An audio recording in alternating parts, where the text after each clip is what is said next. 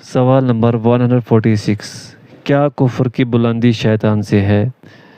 سیدنا ابن عمر رضی اللہ عنہما سے مروی ہے کہ انہوں نے فرمایا رسول اللہ صلی اللہ علیہ وسلم سیدہ عائشہ رضی اللہ عنہا کے گھر سے نکلے، پھر آپ صلی اللہ علیہ وسلم نے فرمایا کفر کا سر ادھر ہے جہاں سے شیطان کا سینگ نکلتا ہے۔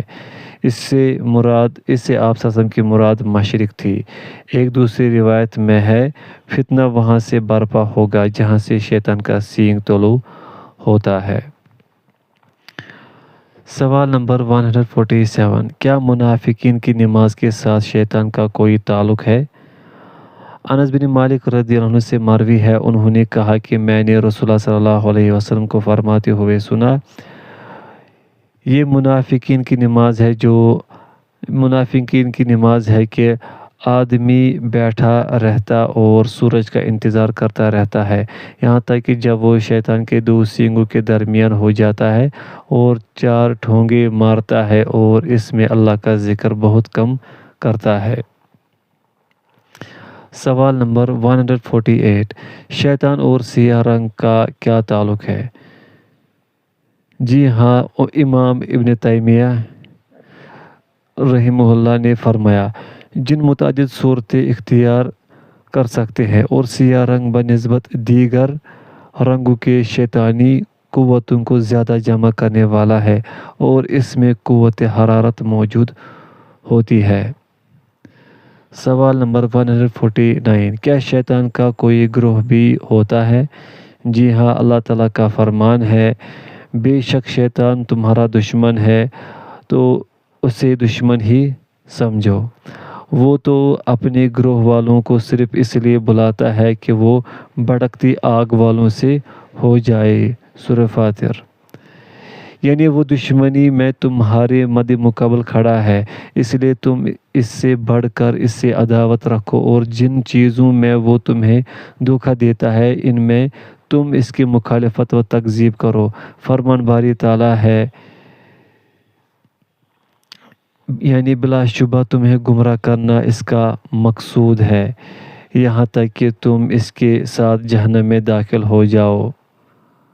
پس تم اس آیت میں مذکور اللہ کے حکم تو کہیں دنیا کی زندگی تمہیں دھوکے میں نہ ڈال دے اور کہیں وہ دھوکے باز تمہیں اللہ کے بارے میں دھوکہ نہ دے جائے۔ سورہ فاتر۔ کی اتباع کو لازم پکڑو اور اس کے رسولوں کے راستے پر چل پڑو، بلا شبہ وہ ہر چیز پر قادر اور قبول کرنے کے لائق ہے۔ سوال نمبر 150، کیا معاصی شیطان کی طرف سے ہیں؟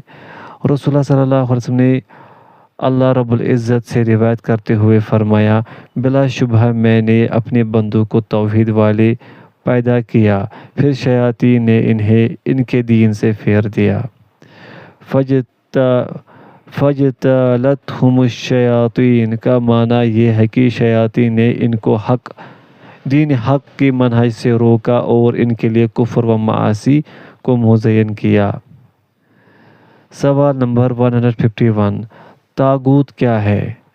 اللہ تعالیٰ کا فرمان ہے، ترجمہ، کیا تو نے ان لوگوں کو نہیں دیکھا جو گمان کرتے ہیں کہ وہ اس پر ایمان لے آئے ہیں جو تیری طرف نازل کیا گیا اور جو تجھ سے پہلے نازل کیا گیا، چاہتے یہ ہیں کہ آپس کے فیصلے غیر اللہ کی طرف لے جائے، حالانکہ انہیں حکم دیا گیا ہے کہ اس کا انکار کرے اور شیطان چاہتا ہے کہ انہیں گمراہ کر دے، بہت دور گمراہ کرنا۔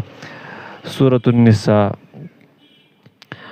مذکورہ آیت میں اللہ عز و جل کی طرف سے ایسے شخص کے ایمان کی نفی ہے جو رسول کریم صلی اللہ علیہ وسلم اور سابق انبیاء پر نازل شدہ شریعت پر ایماندار ہونے کے دعوے کے ساتھ ساتھ اپنا فیصلہ قرآن و سنت کے بجائے غیر کی طرف لے جاتا لے کر جاتا ہے۔